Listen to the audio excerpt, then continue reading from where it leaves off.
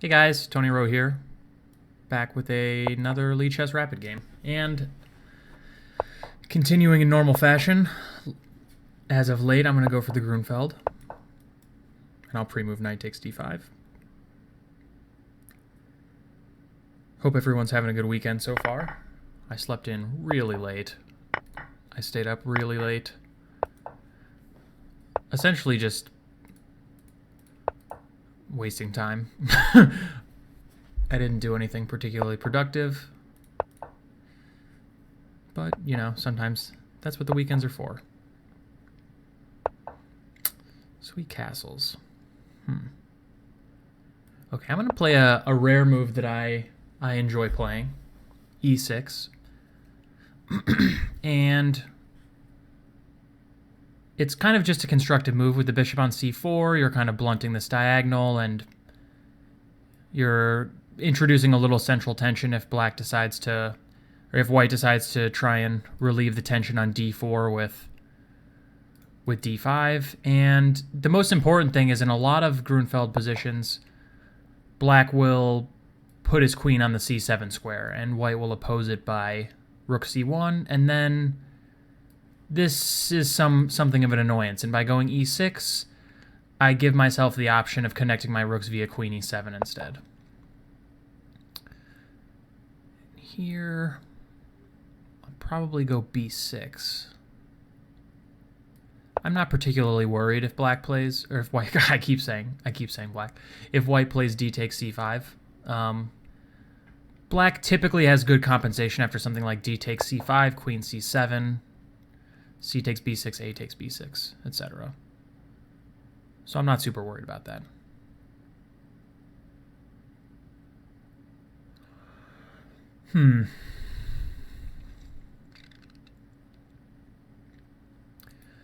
Bishop b7 is the most natural move.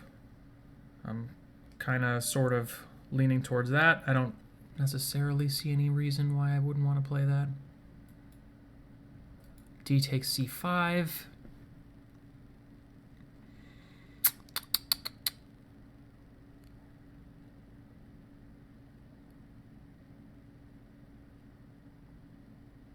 Yeah, maybe in that case, maybe just queen takes d2, bishop takes d2, knight e5, and I'm hitting the bishop and the pawn on e4 at the same time.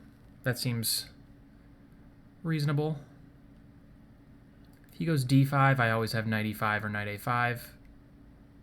Yeah, I'm just going to go bishop b7, and I don't want to spend too much time dirtling around in the opening, as I am wont to do. I feel like in general, in online chess, I'm relatively well prepared compared to my opponents, and somehow I always still end up in time trouble. Like, I feel like I should probably, in a lot of these systems I play, have more experience in the positions and have more theoretical preparation, and then before you know it, I have like 3 minutes left, and my opponent has like 12, so I don't know. It is 10:15 Tony time right now. I cooked a very long dinner. I made fresh pasta, squidding pasta, so it was black. And I made fresh fish stock using shrimp and salmon. And I used that stock to make a sauce for the squidding pasta using Nduja. If you guys have... Do I have any Italian viewers? That would be amazing if I did. Yeah. So I used some Nduja, which is like a sausage made from really fatty cuts of pork and Calabrian chili peppers.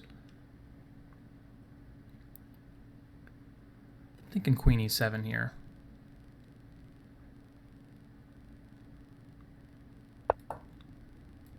So this is kind of the idea of this system. Black wants to go e6, queen e7, b6, bishop e7, and then just put his rooks on the usual files. A lot of times I'll exchange on d4, and after white takes back, I'll play knight a5, hit the bishop, and then I'll go knight c4. Of course, this is with a rook on c8. And normally I'll win this bishop and have reasonable control of the c-file, small amount of pressure on d4. And if white plays rook b1, it's usually a good idea to take on d4. excuse me. Not only was he sort of pseudo-threatening d takes c5, but also with the rook on b1 and the pawn on b6, it makes some sense to open up the c-file and try and claim that white's rook no longer belongs on the b-file, belongs on the c-file, but now he'll have to waste a tempo to do that. So that's kind of my reasoning there.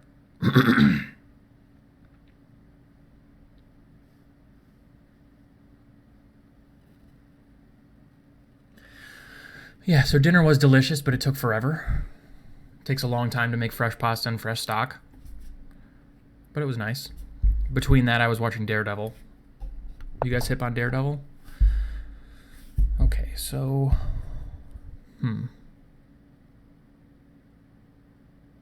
Presumably knight a5 will just be met by bishop d3.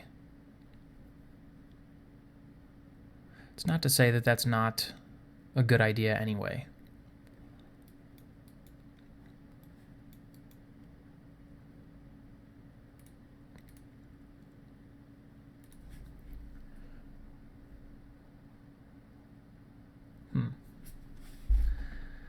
The only downside to playing this e6 system is sometimes it leads to like relatively sterile positions. I probably should have thought of that before I played this. Like it's possible for like already for me to start kind of mass liquidations down the c-file of the rooks, and then it might be a little bit hard for me to generate winning chances against a guy who's noticeably lower rated.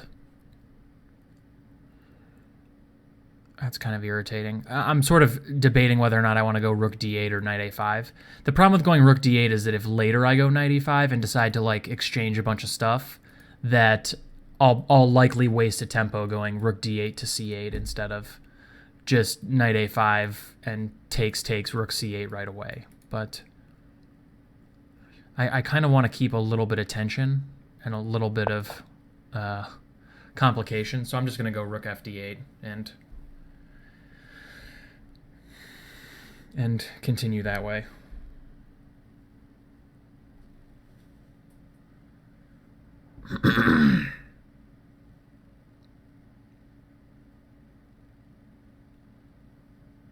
So I did have a small victory in that white went rook a to b1, I took, and after rook a to c8, white went rook c1. So that's kind of a good example of the idea there. Oh crap, that's annoying. Well,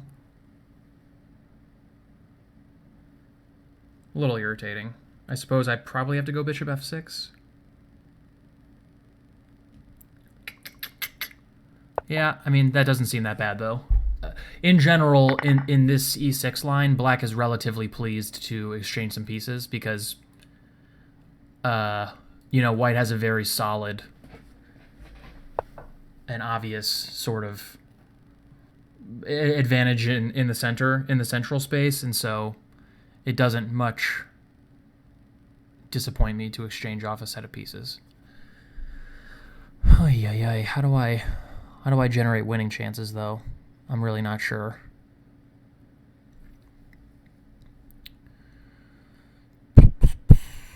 Knight a5 is the most obvious move. Maybe queen back to not f7. Maybe queen e7.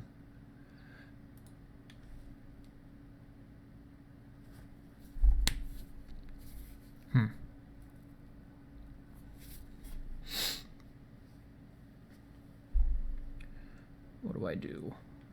One thing that's nice about these positions is that black has a 2-to-1 majority on the queen side, which later could be relevant. I'm going to go knight a5.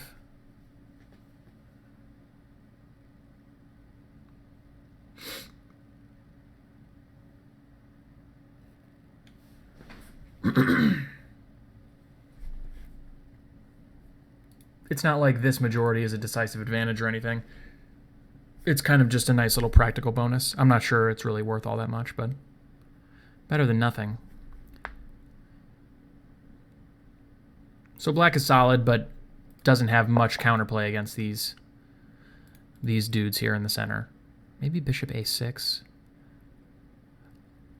My bishop is not particularly relevant against this light squared pawn chain.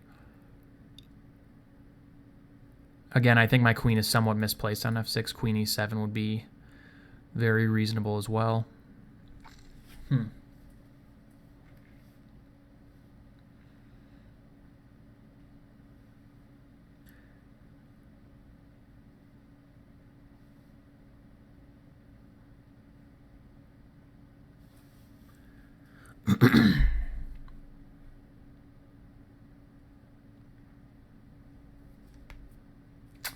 Yeah, I'm not sure.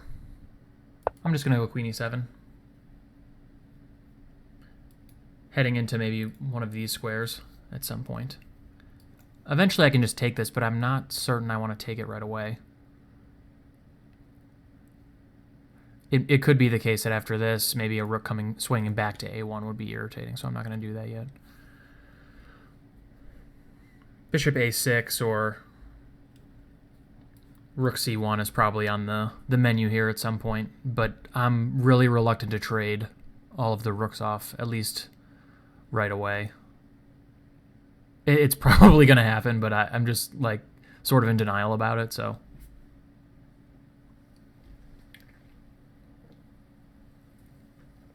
I'm covered in flour.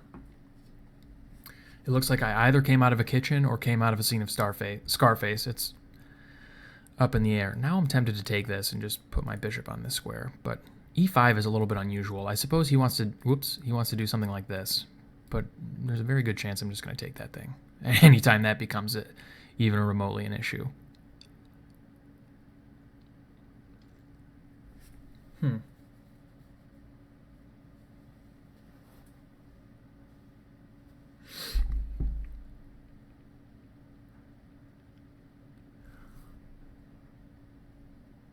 So knight takes b3, let's say a takes b3, bishop d5, maybe knight c3 there though. Ah, but I can take. The plot thickens. So knight takes b3, a takes b3, bishop d5. I have queen b4 coming. Maybe this pawn is starting to be a little bit irritating.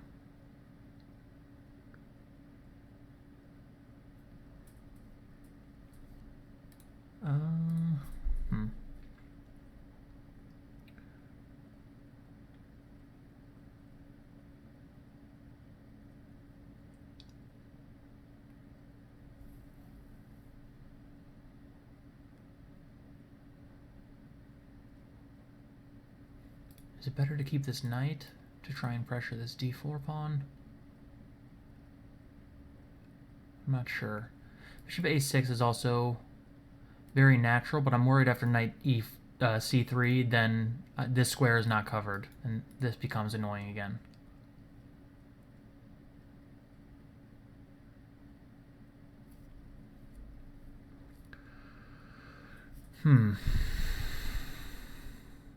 Knight takes b3, a takes b3, bishop d5, knight c3, bishop takes b3, knight e4, bishop takes d1, knight f6 check, king h8, queen h6 kills me instantly.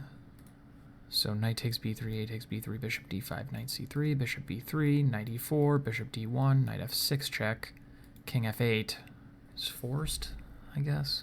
Knight h7 check. King here, knight f6 check, king f8, and I'm dead. So maybe that's white's idea?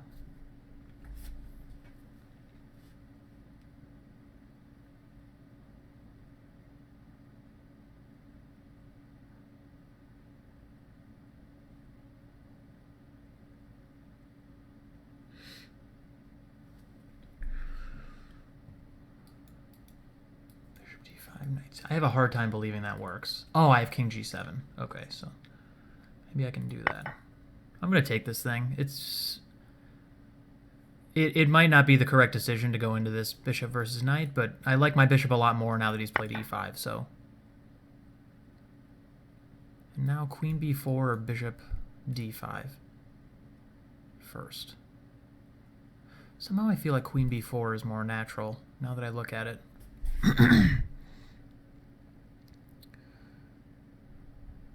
Or rook takes c1 first. No, I don't like him getting in here. It's better to probably just leave the tension on the c file because both of us would rather that the other person exchange. So I'm not going to do that. Okay, I'm going to go queen b4. Objectively, this is probably still equal or close to equal, but I feel like maybe black has a little bit of pressure now. Again, though, my king is, with the trade of the dark square bishops, my king is pretty shaky. Like a knight landing on this square could be grim death. Or, you know, there are all kinds of silly perpetual ideas as well. We'll have to be at least a little bit careful.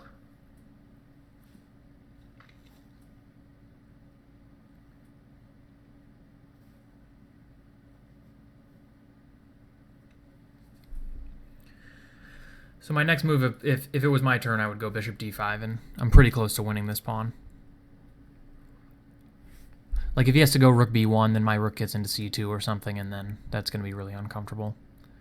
And if he gives up the c-file, then knight c3 is just never a reality. I guess he can go to g3.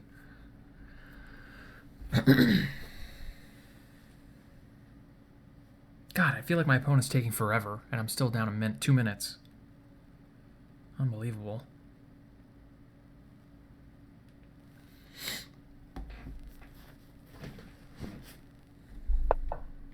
h3.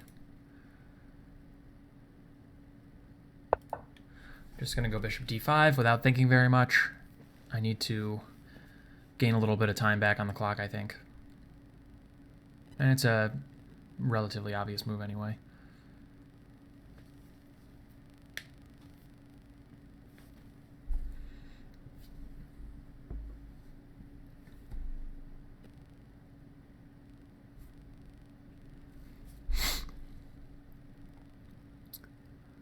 Chime in the comments section if you guys are following the candidates match. I'd also like to hear what you guys think about this Nakamura Jadub calamity. He gave an interview today that he was like kind of wishy-washy on it. Like he was like somehow in between making a move and adjusting. To me, when I watched the video, it was very clear that he wanted to move the king, and he grabbed the king very much in the fashion of the way you grab it if you wanted to make a move. And after he grabbed it, as so often happens in chess, you kind of see the board differently when you've come close to making a move. And yeah, he just he realized it lost, and then he took it back, and yeah, it's just not good. I don't think like all of the harsh critics are. I think in a way they're being a little bit unreasonable. Like with all of the pressure and in the heat of the moment, I think a lot of people could grab their king and take their hand off, and you know, at least for a second or two, try and play it off. And you know, Jacob Ogar wrote a very similar sentiment on the Quality Chess blog, and I very much agree with him. But today in the interview, I think he should have just been like, yeah, listen, I touched the king, it was stupid, shouldn't have done that, and that's that. So if I take on c1, I assume he's taking with the queen. That might be kind of irritating. I can go queen a3. Maybe you can go rook c3 in that case, though. Rook takes here. Bishop takes.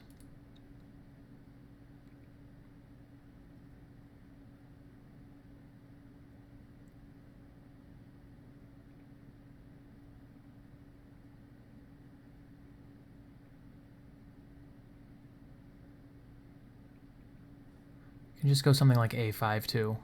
Essentially preparing rook takes c1, queen takes c1, bishop b3, and if queen b2, pinning my bishop, which is what I'm currently worried about, then I'd have a4.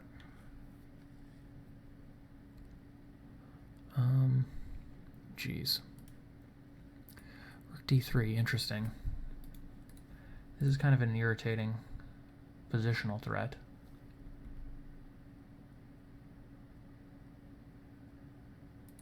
But all right, I'm gonna go a5, and maybe a long-term plan is just b5, a4, making a dangerous passed a pawn. I don't think white wants to let this guy get too far. One kind of nice thing about this current structure is that I'm kind of playing with a majority, and white's majority is very much sort of blocked up. Knight f4 might be a little bit irritating here.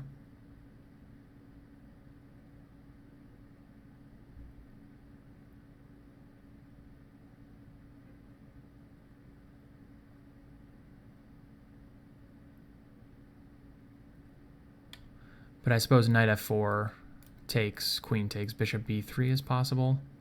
I'm a little bit worried about my king. It's like knight f4, rook takes c1, queen takes c1, bishop takes b3. I'm wondering if like something like knight h5 is possible, and if g takes, if g takes h5, then queen to g5 check, king f8. I guess there's nothing there.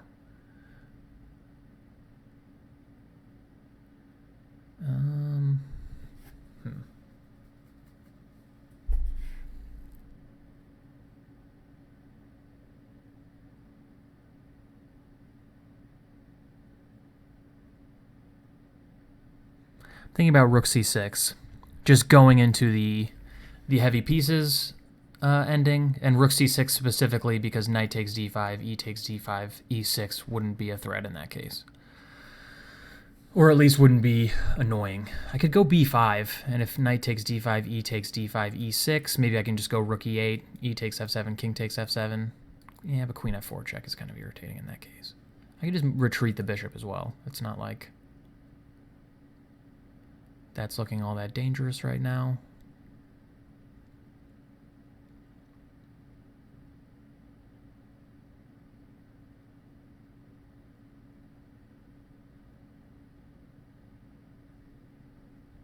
Again, just this is sort of my plan. I like that I have full control of the c file now. Rook c3 is not possible.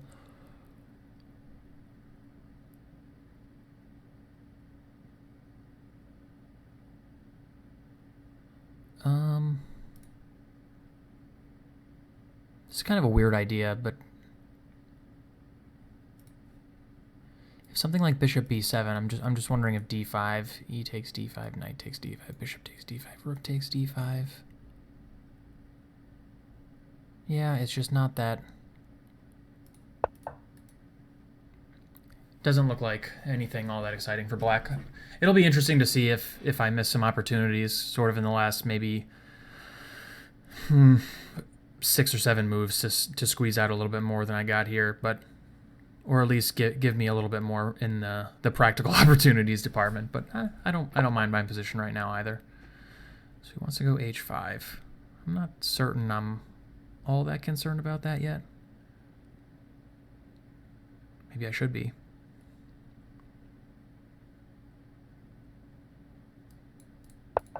I'll go b5, h5, a4, takes.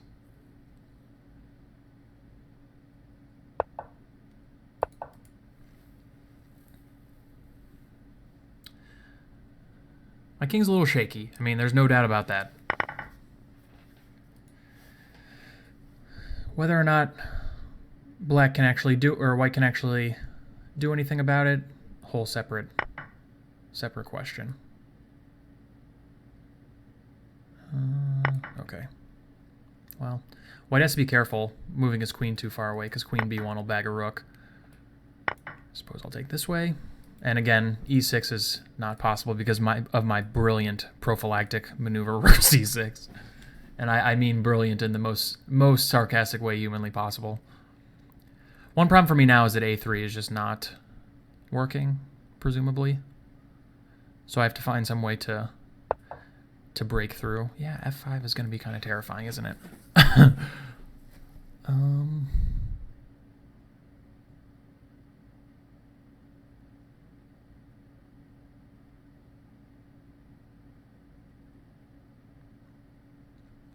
Go rook c2, perhaps.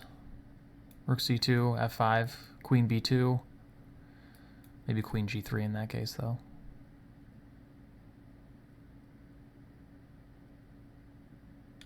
Interesting idea, though. Rook c2, f5, queen b2, queen g3, rook takes g2 check, queen takes g2, queen b1 check. Let's say king h2, queen takes d3, and my queen actually protects g6 as well.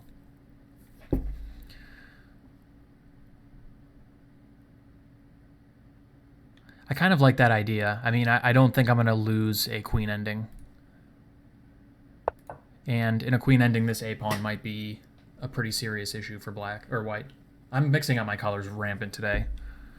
I got enough sleep too, I don't know.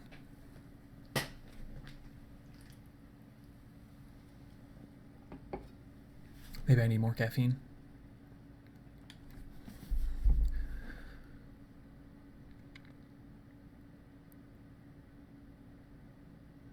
But yeah, chime in about the candidates match. Who you think has a good chance?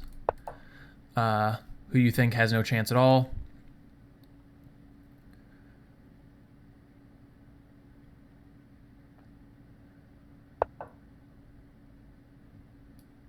Oh my god, takes, queen, and then queen f1. You idiot, Tony.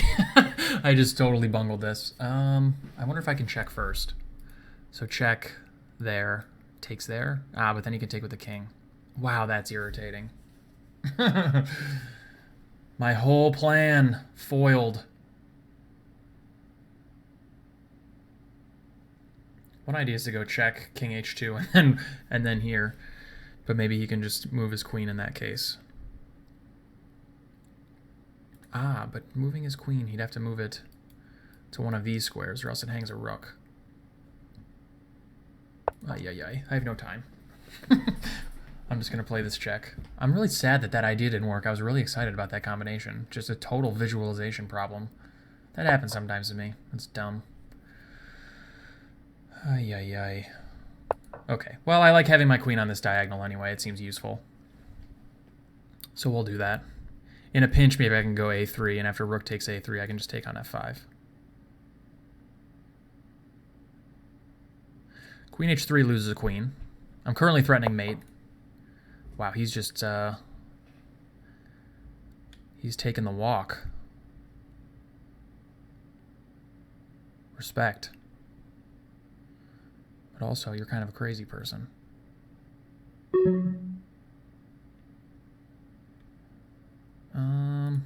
Okay, well, let's force his king to this stupid square, and then I'm going to play...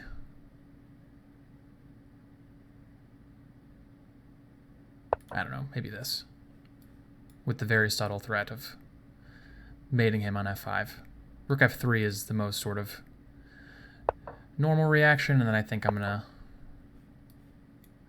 hop along back to this diagonal. I'm not sure I have much of anything else. I might go for this repetition because I only have 10 seconds left. Oy.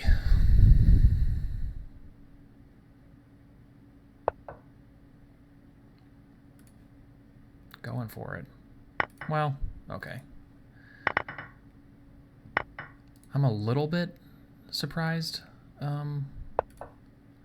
that white went for this, but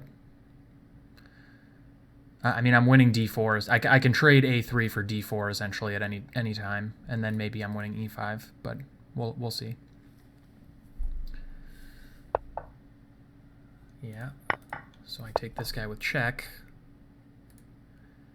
and okay, I'll just play king g7. I'm going to sort of just ask white how he wants to play for a second.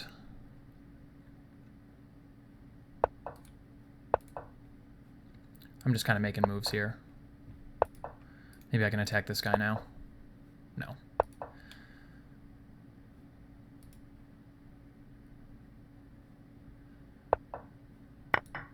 Okay, I will take that.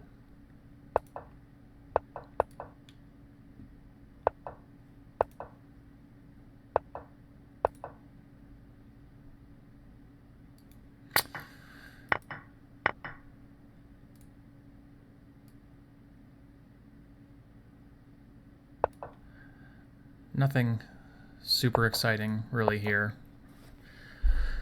I think this is Probably a relatively easy draw, but I'm going to play it out. I have white's king cut off, kind of, sort of. So I can make some progress.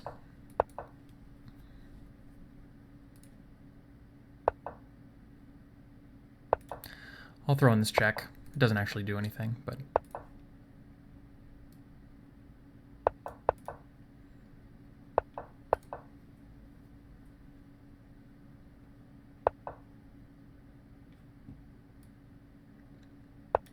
I'm getting relatively close to building a bridge here. I mean, check and then something like... I'll have to remember how to build a bridge.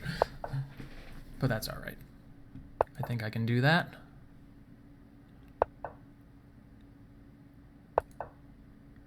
Wow, this is like a classic bridge here. Give him this boop. King f3, and then king f1 is not good, so... Or not? Isn't this just... Aren't I just making a queen here? Not the usual square people choose when you give this check. Yeah. I do know how to mate with a rook. Good news for me. It is a little weird doing it in this orientation, but that's okay.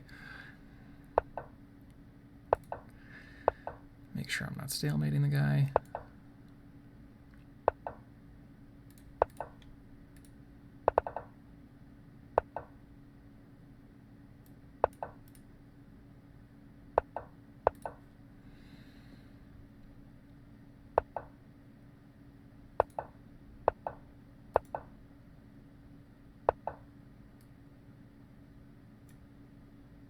How does this work again?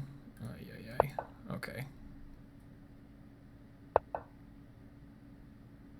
Chess endgame fundamentals. Mating with a rook. Okay, let's just cut him off a little bit.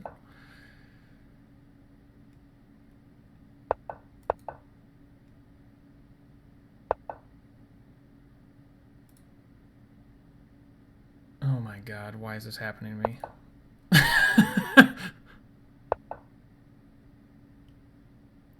Oh my god, what's happening? I'm like missing a move somehow.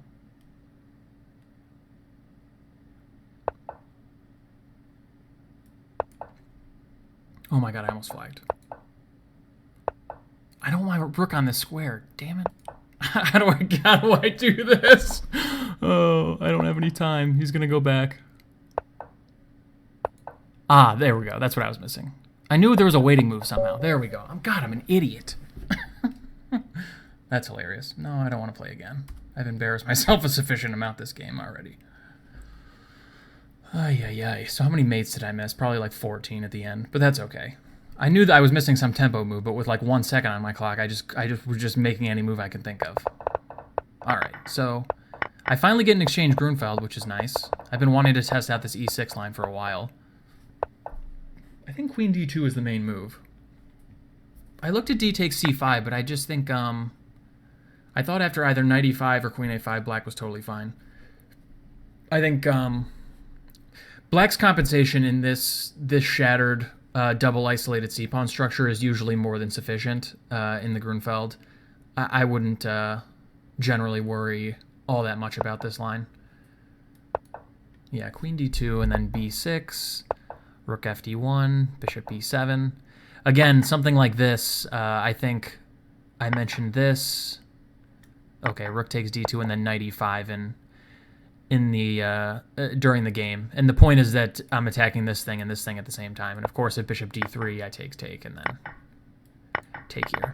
But even so, even if there wasn't this tactical solution possible, let's just like enter like a normal structure. So like in this specific position, queen c7 I don't think is particularly great because of queen d6 or queen d7. But just to illustrate this typical structure, this is normally fully acceptable for black. Black's bishop is now fully activated and hard to disturb, White has these two isolated backward pawns on open files.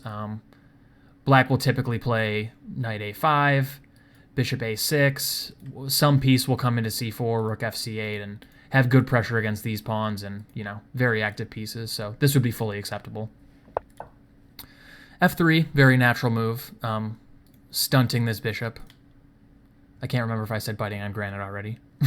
And then, interesting as if any... Okay, so one game has reached this position. After bishop b7, what's the normal move? Rook a to c1. Then did black go? Yeah, see, in a lot of these positions, black is going queen c7, but I don't necessarily agree with that. I think when you have e6, you should go to e7. But that's just me. I mean, the whole point of this system is like, let's say, like one very classic line of this variation goes queen c7, and white meets it with rook c1. And the whole point is queen c7 has some vague threats of a discovery against his bishop, and rook c1 is prophylaxis against that, but is also just a useful move, aligning the queen with the rook. And so the whole point of going e6 is to not declare your queen's position yet, waiting to see where this rook goes first. Like, as we saw in the game, if it goes to b1, I'm going to take on d4, and probably I'm still going to play queen e7, and if it goes to c1, I'm certainly going to play this. But maybe, I don't know, maybe if it goes here, rook a to d1 for some weird reason, maybe I'll switch back to queen c7. Trying to claim that now that rook c1 loses a tempo, that I'd be happy to go into that type of position, but... This seems solid for black. And then after rook a to b1, c takes d4, c takes d4, rook a to c8, I'm trying to claim that this rook on b1 is misplaced. Yeah, and here I looked at knight a5 too, like bishop d3, takes, rook c8, or something like this, like queen d7, planning rook c8 would be very standard for this line. But at the same time, I was a little bit reluctant to do this because I thought it might be a little drawish.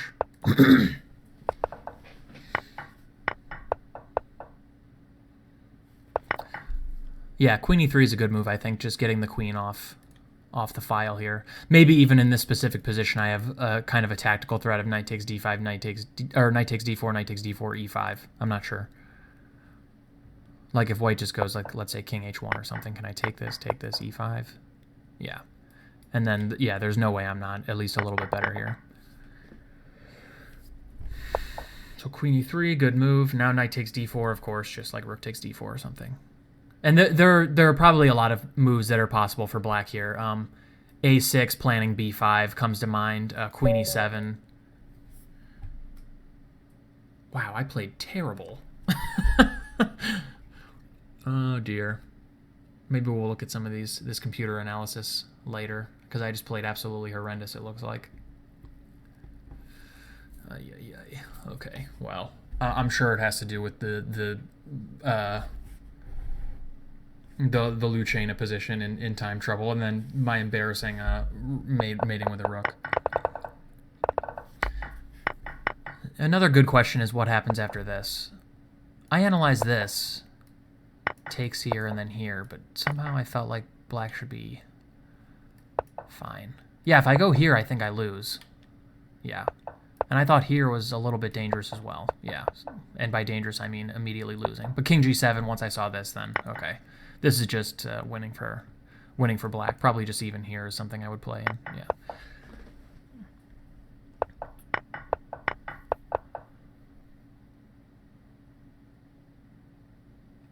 Ah, yeah, so knight f4, though. And then probably I have to... I mean, I could acquiesce to this, and then he could go back, or I could just leave it, like queen b7, takes, and try and play this. But after rook c3, planning rook over, it doesn't seem like black has much. But again, we saw in the game that this trump is of A and B versus B, or A and B versus A, is not insignificant, especially when white sort of immobilizes his own pawn majority. Like, I'm a little bit skeptical of e5 here. I think this move might be a little bit strategically dubious. Not only because it opens up this bishop and it gives me this d5 square to work with, but because as we saw in the game, I was able to go a5, b5, a4, and get a passed pawn going that gave me a lot of counterplay, and it's hard for white to go d5 to do the same. But This e5 move does clamp down on this weak f6 square, and so I do have to be a little bit careful. And yeah, queen b4 I think is a little bit more natural than bishop d5. I don't necessarily know if I want to do this yet, and yeah, it runs into knight f4 too, and that's kind of annoying. h3, yeah, I'm not sure about this move. Probably a little bit dubious. It just looks like kind of a do-nothing move to me. White doesn't necessarily need the Luft, and he's not really close to needing to deal with any back rank threats anyway, and otherwise I think the move doesn't really do much. I was happy to sort of go into this position. I think black has very reasonable chances to push here. I was pretty pleased with rook c6, actually. I think it's but this works now. I was worried about this idea. I didn't think it worked yet. I thought I could go to f8. Oh, he has this check. I missed that. Yeah, so this would have drawn instantly. Actually, I missed this. So probably b5 is an inaccuracy. Then I need to safeguard my king somehow. Yeah, queen. Man, I really don't want to play queen e7, though. That move is so lame.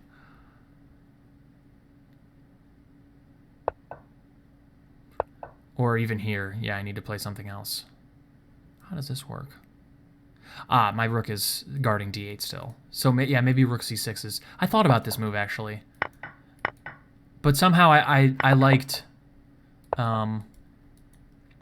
this position better than this position. I can't really explain why. I feel like my queen was just relatively happy on b4, and the rook on c6 felt nice to me, but I guess... Yeah, the problem with this move is that now d8 is loose. That is slick. So probably again, yeah, even here is just drawing, because if I take, then this check. I don't have to take, but not taking involves a lot of risk. Like, just continuing with my plan seems really sketchy. This looks scary. Yeah, knight g4. Planning queen h6 and then getting in. Yeah, this looks terrifying. I would not want to do this.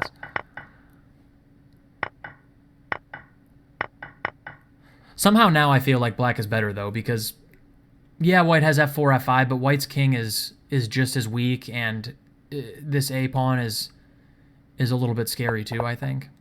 I did miscalculate here, though. I thought I had f5, queen b2, queen g3, rook takes g2, which, of course... Planning this, and then when the king moves, I take on d3, but of course, queen f1. So, what does the computer say I should play here? Queen b1 check? And then what? King h2. Ah, that is good. Queen f3 is forced, and then I can take these things off, and black should be better somehow. Maybe rook d2. Computer wants to take. Somehow that strikes me as a little bit counterintuitive, but I guess this is quite good for me. Something like this. Hope you guys watch the Practical Endgame series 1 through 3, because we got a passed rook pawn. No, this is a little bit different than what we talked about. I'm just kidding. But still, this seems very good for black. Probably I'll end up cashing in this pawn for these two is what most likely will happen, and white will have to work pretty hard to draw, but that does seem like an improvement. What I did was kind of stupid.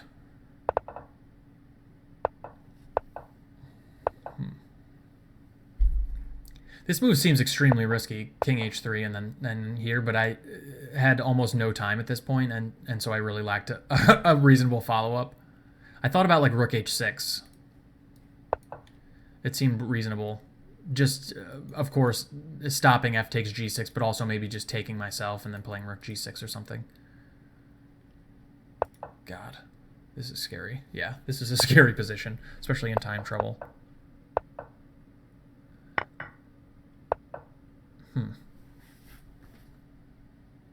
A3, wow. And if rook takes A3... What's happening there? Wow, that's weird. Yeah, sometimes because Lee chess, limits the depth on Stockfish. Sometimes you'll have these situations where, like, at a certain depth, it thinks, like, A3 is good, and then you play it, and then you play here, and the computer gets to see 2-ply further, and now all of a sudden it's like, okay, this is just a draw. Yeah, it's weird. So this is probably objectively a draw already. Some of these things that are marked like mistakes or inaccuracies around here might not be actual mistakes or inaccuracies. So if A3, Rook F2, why is that?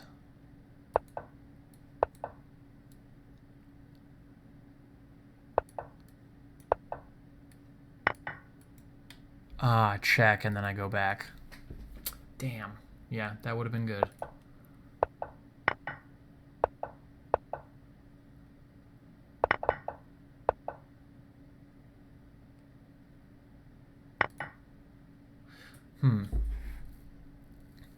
So A3 here, here, here. Yeah, check. So this would be a position that I covered in the practical endgame series. What is it, number 3, where the not only are we up a pawn, but our rook is in the more advanced position. This is an easy win for black.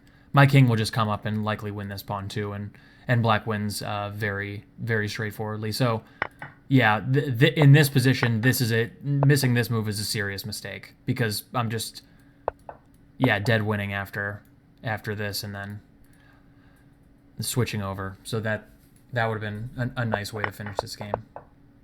And you can see the difference between the game and that variation is that with my pawn on A3, I can protect my pawn from behind, and in this specific case, I'm stuck protecting it from the side, which is not as good.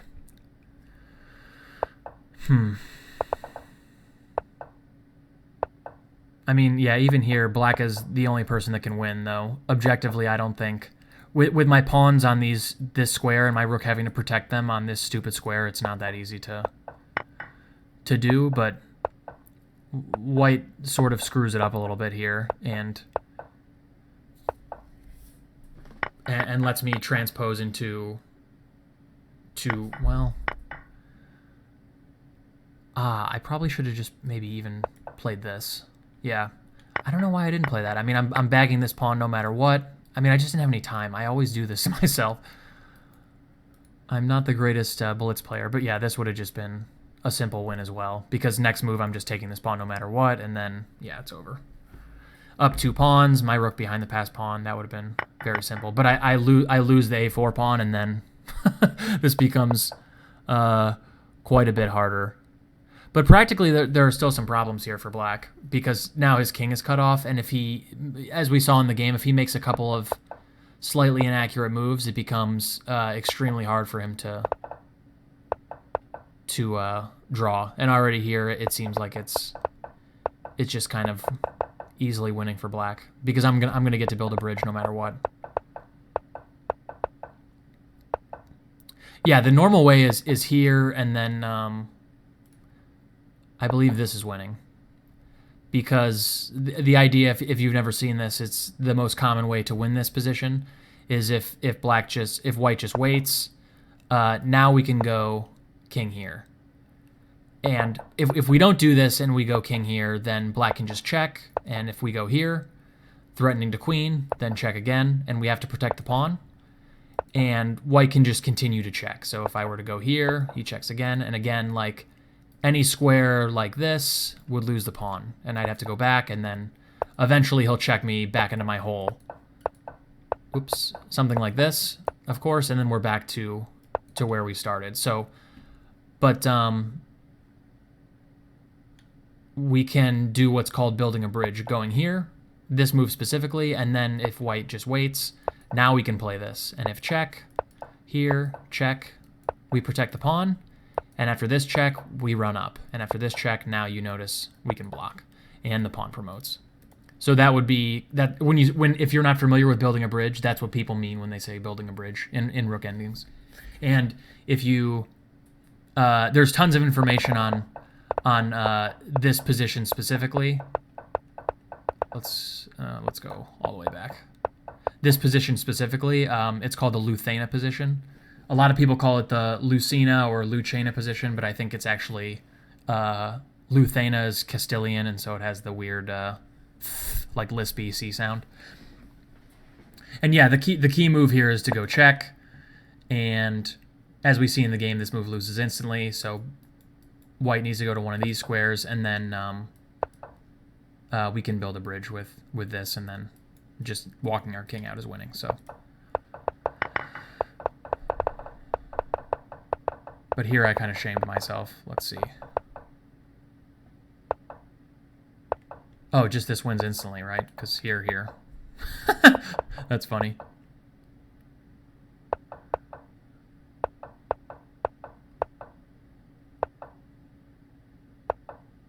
Yeah, now this becomes kind of annoying, doesn't it? Because I'm like that one move off, and white can just keep running his king back and forth like a, and making me look kind of dumb. So yeah, I at some point you have to waste a move. So like in this position, or whenever white turns back around like here, I should just wait a move with the rook and chase him down this way, which is what I was trying to do. I kind of just screwed it up because he gets to the corner and the only option he has is to turn around, and then yeah. So I had to find a way to lose a move, and I just sort of wasted some time doing so, etc. Like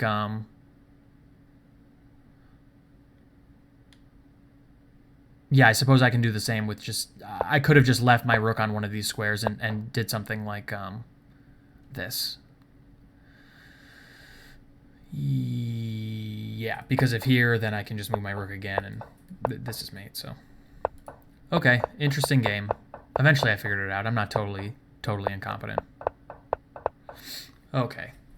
So interesting game. A tough outing with the Grünfeld. It was looking like maybe I wasn't going to have a lot of winning chances, and then we got into this tricky rook ending, and I managed to slime him out somehow. So interesting game. Maybe next time I'll have to remember against a lower rated opponent that I need something slightly more double-edged in the bishop c4 Grünfeld. But I like this line. If you look in the database, you'll notice that like this move is not played all that often. You can see e6 is like the 6th or 7th most popular move, but it scores pretty well for black. It does have a high percentage of draws, but it's extremely solid. And when I play the Grünfeld, I kind of like to I don't want to go into all of these unbelievably like sharp lines that are highly theoretical. I kind of want to play it a little bit more positionally and a little bit more slowly and kind of give myself a little bit of room to wiggle, not have to play like 400 moves of theory and risk getting my head torn off and all that kind of stuff. So I like that move for this purpose. But I also like other moves here. I think Svidler and Avrook both recommended bishop g4, and after f3 going back to bishop d7, which is kind of you'll notice that bishop d7 in and of itself is a relatively popular move here. Planning on just going queen c7 and bringing your rook to d8, but some smart people figured out that maybe inserting bishop g4 and f3, forcing white to weaken this diagonal and this bishop a little bit. Notice that this bishop is no longer protected, that this is maybe a slightly improved version of the bishop d7 line right away. So that's an interesting line. I also like the original sort of Smyslov line, which is queen c7, rook c1, and then rook d8. The only downside with this line, I think, is that